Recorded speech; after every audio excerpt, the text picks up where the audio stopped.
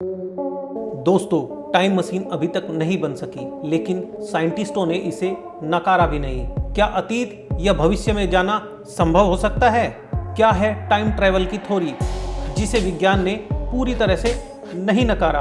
अपने इस वीडियो में हम आपको इसके बारे में बताएंगे। दोस्तों, जब भी कभी हम टाइम ट्रैवल या साइंस फिक्शन की फिल्म देखते हैं तो एक बड़ा उलझन भरा सवाल हमारे दिमाग में आता है, क्या ऐसा संभव है? और जब हम किसी से इसके बारे में बात करते हैं तो ज़्यादातर लोग टाइम ट्रैवल को साइंस फिक्शन बताकर टाल देते हैं। लेकिन क्या ये लोग इस बात को जानते हैं कि टाइम ट्रैवल की थ्योरी को विज्ञान ने पूरी तरह नहीं नकारा? तो चलिए दोस्तों, शुरू करते हैं आज का वीडियो। लेकिन अभी तक आपने हमारे चैनल को सब्सक्राइब नहीं किया है तो वो कर ले। और हाँ दोस्तों, बेल आइकन को जरूर दबा दे ताकि हमारी लेटेस्ट वीडियो की जानकारी आप तक पहुंच सके। और दोस्तों, यदि ये वीडियो आप फेसबुक या इंस्टाग्राम पर देख रहे हैं तो हमारे पेज को जरूर लाइक करें और दोस्तों दूसरों के साथ हमारे पेज को शेयर भी करें।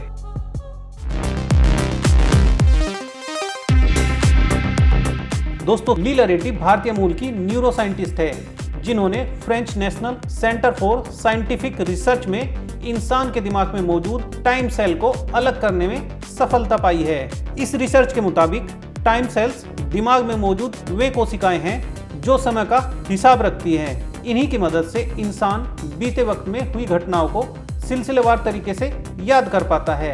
इस रिसर्च से पता चला है कि दिमाग के हिप्पोकैम्पस में समय का पूरे चक्र का सिलसिलेवार अंकन होता है और पास्ट में हुई घटनाओं की सिलसिलेवार यात्रा को दिमाग टाइम सेल्स की मदद से पूरा करता है।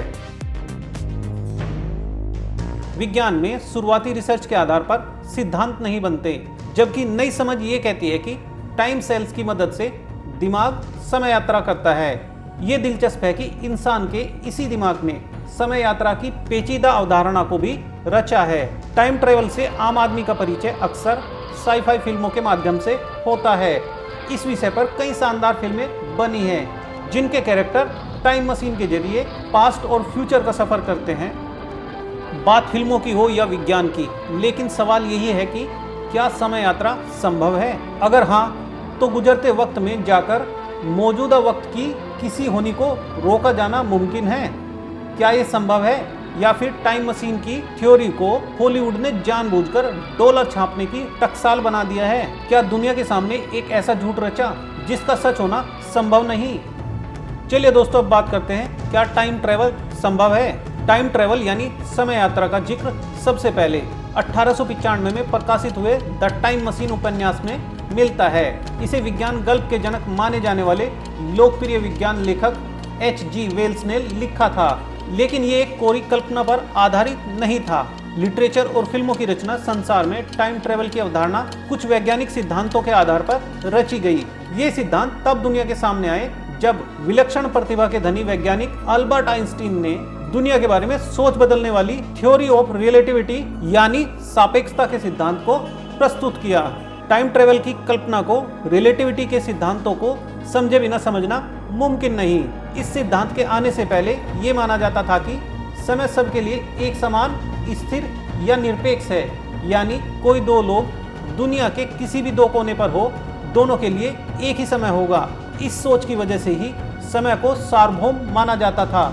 आइंस्टीन की थ्योरी ऑफ रिलेटिविटी ने इस मान्यता को चुनौती दी। उन्होंने ये अवधारणा दी कि समय सबके लिए एक जैसा नहीं होता, यानी दो अलग अलग जगह पर मौजूद लोगों के लिए समय अलग अलग होता है। आइंस्टीन के मुताबिक दो घटनाओं के बीच का समय इस पर निर्भर करता है कि उन्हें देखने वाले की गति क्या है या घटना के दर्शक की अपनी स्थिति क्या है। थ्योरी ऑफ रिलेटिविटी की इस अवधारणा को समझने के लिए अक्सर जुड़वा भाइयों यानी ट्विन्स पैराडॉक्स का उदाहरण दिया जाता है। मान लीजिए दो जुड़वा भाई हैं, उनमें से एक लाइट से कुछ कम ही गति वाले रॉकेट पर सवार होकर अंतरिक्ष का चक्कर लगाकर लौट आता है। उसके हाथ में बंधी घड़ी के मुताबिक उसे ये चक्कर लगाने में 2 या फिर 3 मिनट ही लगेंगे। लेकिन जब वो रॉकेट से बाहर आता है तो पाता है उसकी यात्रा के दौरान उसका भाई बूढ़ा हो गया है। दरअसल प्रकाश की गति से यात्रा करने की वजह से पहले भाई के लिए समय धीमी गति से बीता। उसे इस सफर में चंद मिनट लगे, लेकिन पृथ्वी पर इस दौरान कई साल बीत गए, क्योंकि वहां समय अपनी गति से ही चल रहा था। अलग अलग व्यक्ति का समय अलग होने का एग्जाम्पल देने वाले इस ट्विन्स पैराडॉक्स या समय का गति पर निर्भर होने की अवधारणा का अक्स इस लाइन में भी मिलता है। क्या किसी के लिए समय ठहर सकता है? यहाँ लिखने वाले की कल्पना के आधार पर जिंदगी तेज चले तो सदियों का सफर चंद लम्हों में तय किया जा सकता है। वहीं किसी की जिंदगी सामान्य गति से चले तो उसे इस सफर में सदियों का वक्त लगेगा। यानी लिखने वाले ने एक आदमी के लिए एक जैसे सफर के लिए बिताया गया वक्त अलग अलग है। रिलेटिविटी के सिद्धांत में भी तेज चलने वालों के लिए वक्त चंद लम्हों का हो सकता है और धीमे चलने वालों के लिए वक्त लंबा हो सकता है। समय की गति इस पर निर्भर करती है कि समय को मापने वाले की खुद की स्थिति क्या है। अब मान लीजिए कि समय को मापने वाला प्रकाश की गति से उड़ रहा हो। ब्रह्मांड में प्रकाश की गति से तेज कुछ भी नहीं है। हर किसी के लिए प्रकाश 1,86,282 मील प्रति सेकंड की गति से बढ़ता है। अब सोचिए कि समय को मापने वाला खुद प्रकाश की गति से कुछ ही कम गति से उड़ रहा हो तो क्या होगा? सापेक्षिता का सिद्धांत कहता है कि समय उसके लिए ठहरने लगेगा। प्रकाश की गति पर समय जहां का तहां रुक जाता है। हालांकि दोस्तों ये अभी तक अवधारणा ही है। फिलहाल हमारे पास मौजूद सबसे तेज रॉकेट लगभग 8 मील प्रति सेकंड से ज़्यादा की गति से नहीं उड़ते। अब मान लीजिए आप किसी तेज रफ्तार रॉकेट से प्रकाश की किरणों का पीछा कर रहे हो तो प्रकाश की किरण आपसे 1 सेकंड में 1,86,280 मील की रफ्तार से दूर होती जाएगी। आप अपनी रफ्तार प्रति सेकंड 1,86,000 मील कर ले तो लाइट इसी रफ्तार से आपसे दूर होती जाएगी। अब सोचिए इस रेस को पृथ्वी पर खड़ा एक व्यक्ति देख रहा हो। अगर आप उससे पूछे तो उसने क्या देखा, तब वो आपको बताएगा कि आप और प्रकाश के बीच की दूरी बढ़ते हुए नहीं बल्कि घटते हुए देख रहा था। दरअसल आम सोच में टाइम को हम एक गतिमान चीज मान लेते हैं जिसका एक अतीत है, एक वर्तमान है और आने वाले वक्त में एक भविष्य भी होगा। रिलेटिविटी के सिद्धांत के हिसाब से इस ब्रह्मांड में अतीत, वर्तमान या भविष्य जैसा कुछ नहीं है। सब कुछ एक साथ घट रहा है। हम अपनी स्थिति के हिसाब से वही हिस्सा देख रहे हैं और महसूस कर रहे हैं जिसमें हम हैं। इसे ऐसे समझते हैं कि किसी सीडी प्लेयर पर हम फिल्म देख रहे हैं। आपके हाथ में रिमोट है जिसका बटन दबाकर आप जब चाहे सीडी को रिवाइंड या फॉरवर्ड कर मनचाहा सीन देख सकते हैं। रिवाइंड यानी भूतकाल और फॉरवर्ड यानी भविष्य। सब कुछ सीडी पर पहले से ही दर्ज है, बस आपको कोई भी हिस्सा देखने के लिए उस जगह जाना पड़ता है। आइंस्टीन के मुताबिक टाइम भी ऐसा ही फ्रेम है जो अपने आप में स्वतंत्र नहीं है बल्कि स्पेस के साथ मिलकर फ्रेम्स की रचना करता है। अब सवाल ये उठता है कि क्या कोई ऐसी तरकीब है या कोई ऐसी मशीन बना पाना संभव है कि हम रिवाइंड या फॉरवर्ड कर अपने मनचाहे फ्रेम पर जा सके और अतीत या भविष्य की यात्रा कर सके, अपने पुरखों या आने वाली पीढ़ी के सदस्यों के साथ वक्त बिता सके? तो इस सवाल का जवाब जानने के लिए हमें स्पेस टाइम की अवधारणा को समझना होगा। सरल गणित में हम 3 आयामों को पढ़ते हैं, एक्स, वाई और जेड, लेकिन रिलेटिविटी का गणित अलग है। रिलेटिविटी के गणित में एक्स, वाई और जेड के साथ टाइम के रूप में एक चौथा आयाम भी मौजूद है। रिलेटिविटी में स्पेस और टाइम को अलग करके नहीं देखा जा सकता। ब्रह्मांड की हमारी मौजूद समझ स्पेस टाइम की इसी अवधारणा पर टिकी हुई है। टाइम स्पेस को आप ट्रेन के 2 डब्बे मान सकते हैं जो अलग अलग होते हुए भी एक साथ सफर करते हैं।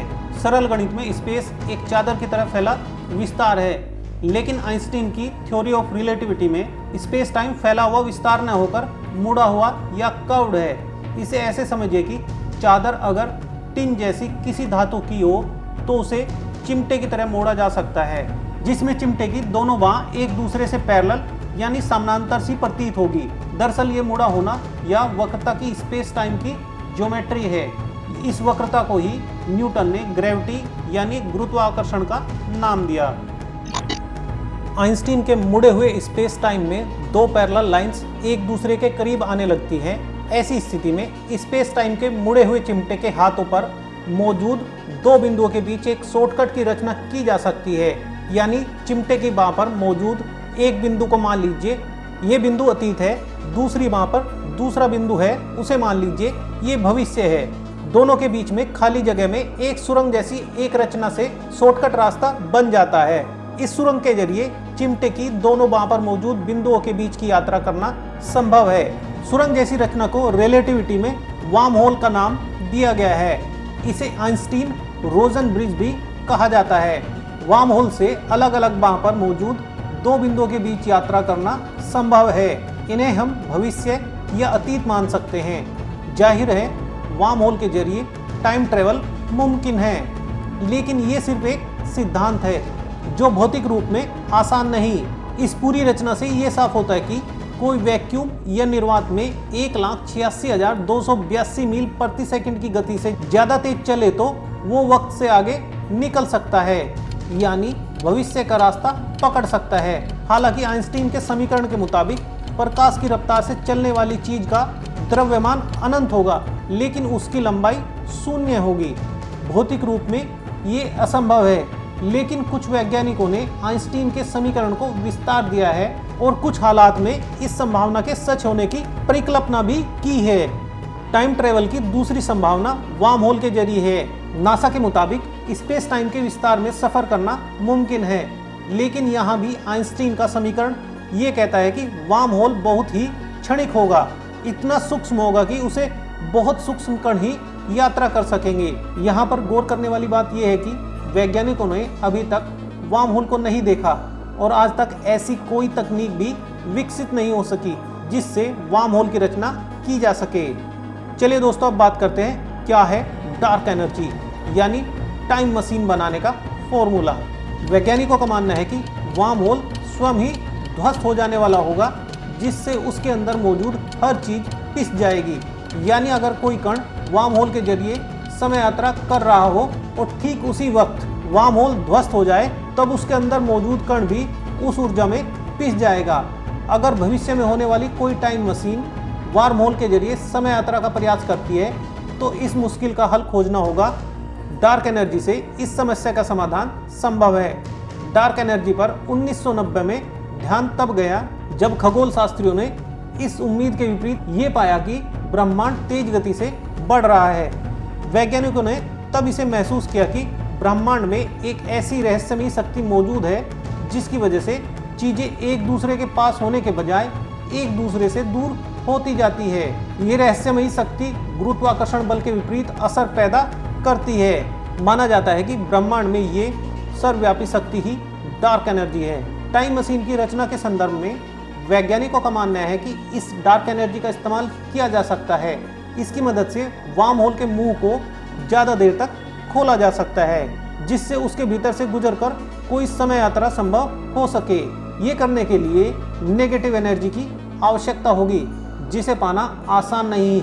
अब ये नेगेटिव एनर्जी भी एक रहस्यमयी अवधारणा ही है, जिसे सिर्फ गणितीय मॉडल से ही साबित किया जा सकता है। ये एक सिद्धांत है जिसका वजूद तय नहीं है। तो दोस्तों, इस पूरी वीडियो का निष्कर्ष यही निकलता है कि सिद्धांत के तौर पर समय यात्रा संभव है, लेकिन व्यवहारिक रूप में टाइम मशीन का निर्माण एक कल्पना ही है, जिसे भविष्य पर छोड़ देना चाहिए। हालांकि सवाल ये है, अगर भविष्य में कभी टाइम मशीन बना ली गई, तब क्या ये संभव होगा कि अतीत में जाकर मौजूद वक्त की किसी भी होनी को रोका जाना मुमकिन है? वैज्ञानिक इसे समझने के लिए बहुत ही मशहूर ग्रैंडफादर पैराडॉक्स का इस्तेमाल करते हैं। मान लीजिए टाइम मशीन का कोई समय यात्री भूतकाल में जाकर अपने दादाजी को उनके विवाह होने से पहले ही मार दे, तो खुद उसके अस्तित्व का क्या होगा? मतलब जब किसी ने अपने दादा को ही मार दिया और उसके बेटे का जन्म नहीं हुआ, तो पोते का जन्म कैसे होगा? ये बहुत ही नॉनसेंस टाइप की बात है, लेकिन जब भी कभी इसका उत्तर मिल गया हो, तब पता चल जाएगा कि टाइम मशीन से भूतकाल में जाकर वर्तमान की किसी भी होनी को रोका जाना या बदलाव करना संभव है या नहीं। जब तक इसका उत्तर नहीं मिल जाता दोस्तों, तब तक आप हॉलीवुड की टर्मिनेटर सीरीज जैसी लोकप्रिय फिल्मों का आनंद लेते रहिए। तो दोस्तों, आपको हमारी ये वीडियो कैसी लगी? उम्मीद करते हैं आपको हमारी ये वीडियो पसंद आई होगी। कमेंट करके जरूर बताएं कि आपको हमारी ये वीडियो कैसी लगी। दोस्तों, यदि आपके कुछ सुझाव है तो वो भी हमें बता सकते हैं। दोस्तों, आप हमें ईमेल भी कर सकते हैं। दोस्तों, यदि ये वीडियो आप YouTube पर देख रहे हैं तो हमारे चैनल को जरूर सब्सक्राइब करें। और दोस्तों, यदि ये वीडियो आप Facebook या Instagram पर देख रहे हैं तो हमारे पेज को जरूर लाइक करें। दोस्तों, हमें आपके सपोर्ट की बहुत ज़रूरत है। दोस्तों, यदि आप हमें सपोर्ट करते रहेंगे तो हम आपके लिए बहुत अच्छी इंटरेस्टिंग और इन्फॉर्मेटिव वीडियो बनाते रहेंगे। जय हिंद दोस्तों।